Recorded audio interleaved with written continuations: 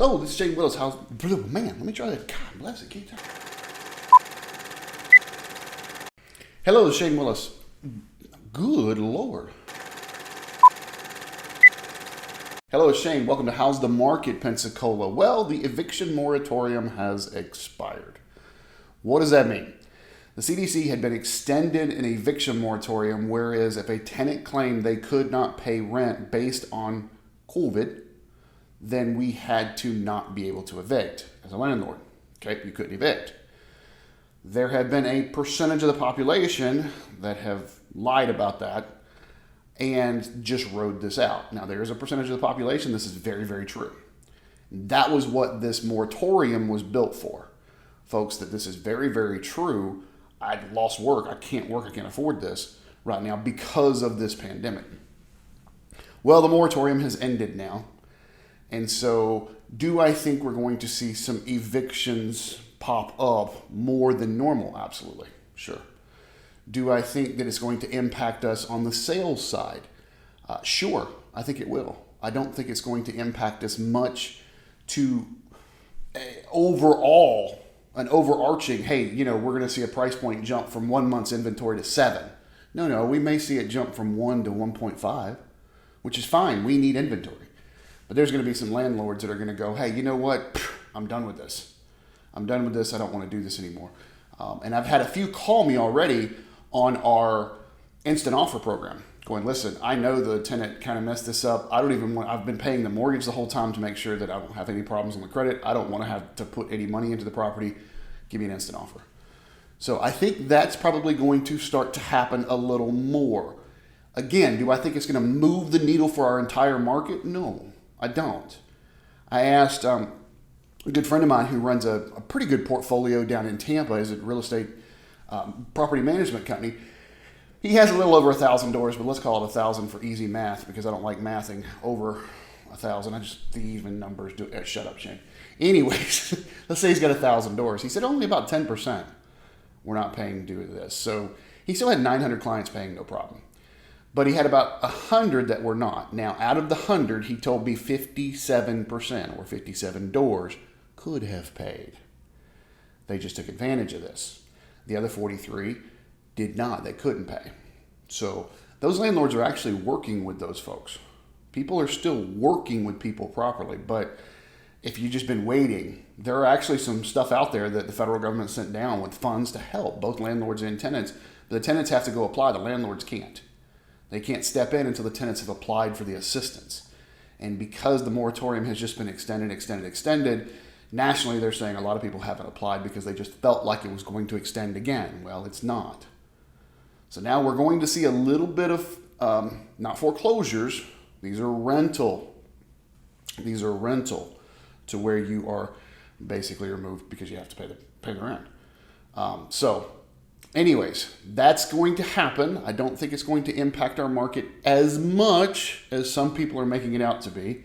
They're thinking with the mortgage forbearance and the eviction moratorium that by the end of the year, we're going to have 15 months inventory and price points, and I don't see that at all. Nowhere close to it. I think that maybe, like I said, we may go from 1 to 1.5, or Lord help us if we actually go to 2 months, which under our definition is still a hyper sellers. But it would at least give some buyers some options right now. All right? And I know, like I said, there's going to be some people that haven't touched the property and they're going to want to take advantage of our instant offer program, which if you don't know what that is, stay tuned towards the end and I will explain it. But right now, let's take a look as of the first week of August, let's take a look at our inventory in these 2 counties. Let's go.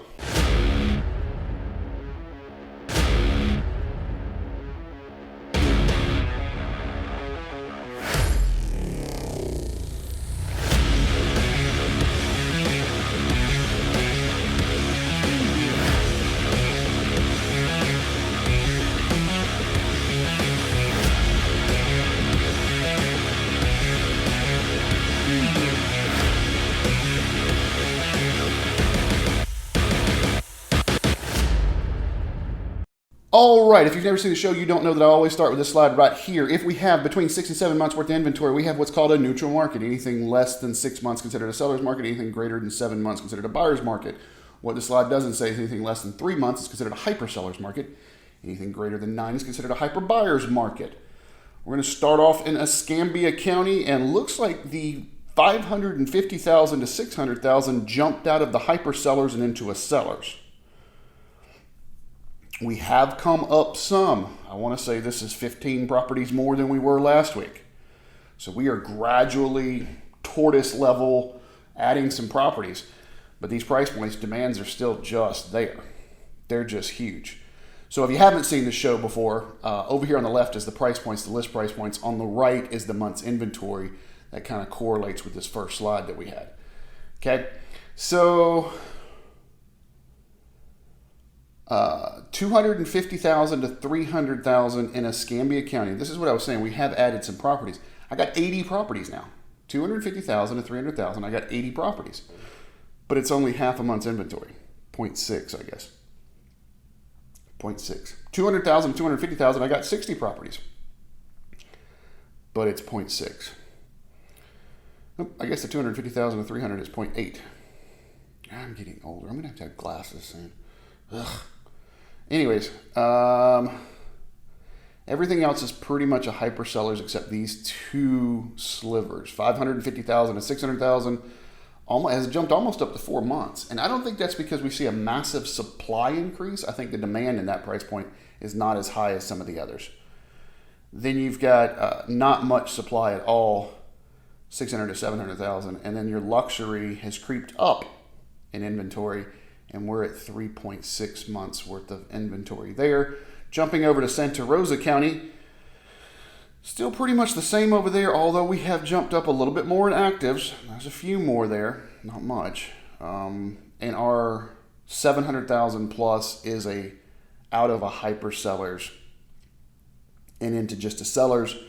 But like I have said before, when you look at these, if I look at a neutral market or a seller's market or a buyer's market, and I'm looking at both either representing you as a buyer or representing you as a seller, there are marketing strategies and offer strategies that match each one of these. And they change with each one of these. If you were talking to me in 2014 or 2013 or 2012, when we had the oil spill and the economic depression and the housing crisis, and some of these price points in Escambia and Santa Rosa County were at 48 months, 60 months, 5 years worth of inventory sitting there that needed to be gobbled up, our buying strategy would be different. Our selling strategy would be different. I wrote a book in 2014 called The Science of Selling Your Property. And it was literally the strategy we were using at that particular point. Do I use that same strategy now? No. I can't use the same strategy if I got a hyper buyer's market as opposed to a hyper seller's market. But in Santa Rosa County, with this luxury being under our definition just a seller's, would I change the category for a seller? No. Would I change the category for a buyer? No. No. These are all hyper sellers and should be treated as much. I would do about the same here. I may, depending on how long the property's on the market, for the 550 to 600,000 in Escambia County, I may switch up a buyer's offer. All right, they're selling for 98 to 99% of the list. If something's been on the market for a minute, I may switch that up. Just a second, but that's it. So that's our market right now this week. Like I mentioned before, a lot of people are taking advantage of the instant offer program we started this year. Basically, I come out, I will give you an offer within 24 hours of the property. As is, we pay everything. That's pretty much what people have been calling me out for. Some of the landlords that are finished with these evictions, or I've seen a bunch of people call me on inherited properties that don't want to do the fix-up. That's fine. We can do that. That gets them what they want. That also gets us a good offer and a good property, because I've got, and I say us because there's a consortium behind me. When I say I will give you an offer, there's a consortium behind me. There are investors behind me that are buying these. And so we give you that. Sometimes that works, sometimes it doesn't. One of the guys I've met with over the weekend, give him an instant offer, and I said, listen, I can give you an instant offer right now, but I don't think that's what you want. And he said, why not? And we talked about how if he would just do, because he's got the capital, he would just do, I mean, it couldn't have been $4,000 worth of work. that would be on 10x on his dollars. Let me just market it. Of course, he was on an instant offer. There's no commission. There's no real estate commission. So some people like that. They kind of save that. But on this one, I told him, I said, the commission's more going to be covered than what I can get you extra if you would just put the $4,000 in it. Let me walk you through it. And he did. We put it under contract. I put it on the market and I already put it under contract for what I told him it would. Imagine that. I've been doing this once or twice. Coming up on 30 years. I first got in real estate and finance in 1993. Maybe that's why I need glasses, because I've been looking at numbers too long.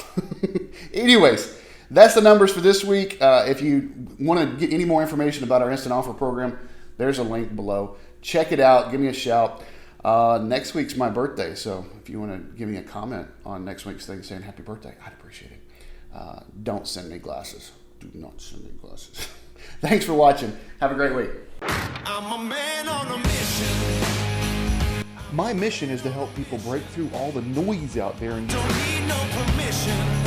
I want to help you get to actual truth.